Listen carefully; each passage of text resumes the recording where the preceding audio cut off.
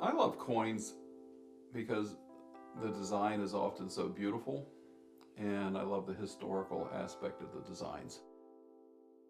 We talked about how I think design is important to something in its nature and its attractiveness to buy it, to sell it. Older coins have beauty to them, both in design, often in how they wore, but they also had a historical meaning.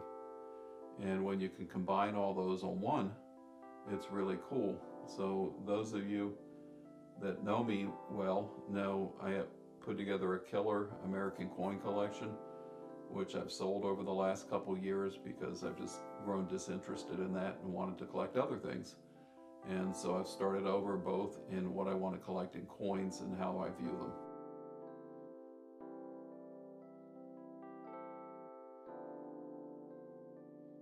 People think about, oh, tokens is something I use on the subway, right? Which we don't even use anymore. We have cards.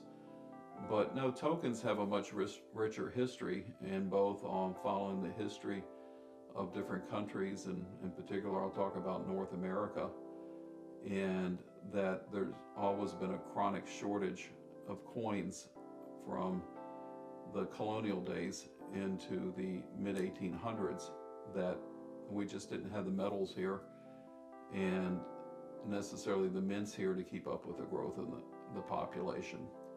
So tokens is something that banks or stores would have minted for them that were the same size generally as official currency.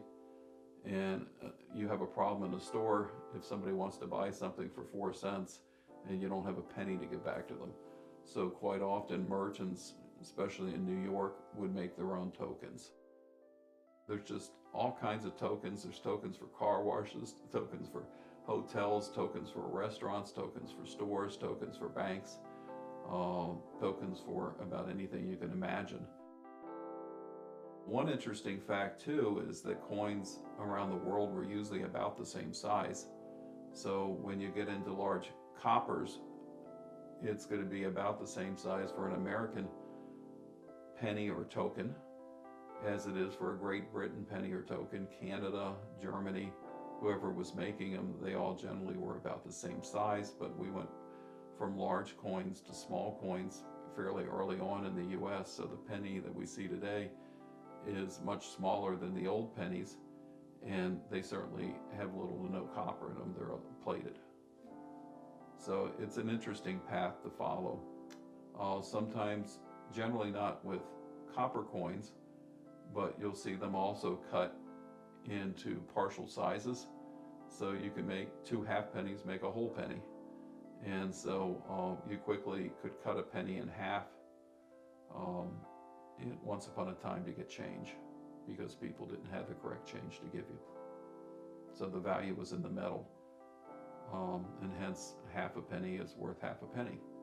Unlike today, if the coin's mutilated, it's worth nothing. And it certainly isn't worth anything for the content of the metal.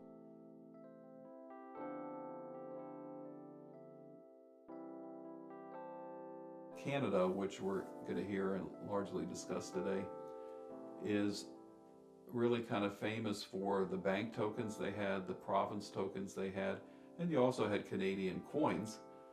But my guess is that quite often that, like in America, they were short on coins, and so a lot of people made their own. And the Canadian tokens are really interesting because I just like, we had Indian peace medallions where you could use your medallion that a chief was given or a tribe was given by the US government to show you were the good guys, and they'd wear them around their neck. So this was an obvious symbol. It was a prestige symbol. Well, people often hold tokens or put holes in them so that they could wear them on necklaces and amulets. So I envision the historical nature, again, of somebody wearing this, and what were they doing? I can only wonder. Were they just a farmer going to a well and a woman wearing this around her neck? Or was it, an explorer going down a river in a canoe in Canada, or a trapper? There's so much history and so much variations in the different tokens of Canada. that I'm just excited by them, and they're fun to collect because they're different things, and you can get excited by different things you find. And so it's just something, if you're into collecting and you're into history and you're into the beauty of design, it's a fun path to go down that isn't necessarily very expensive.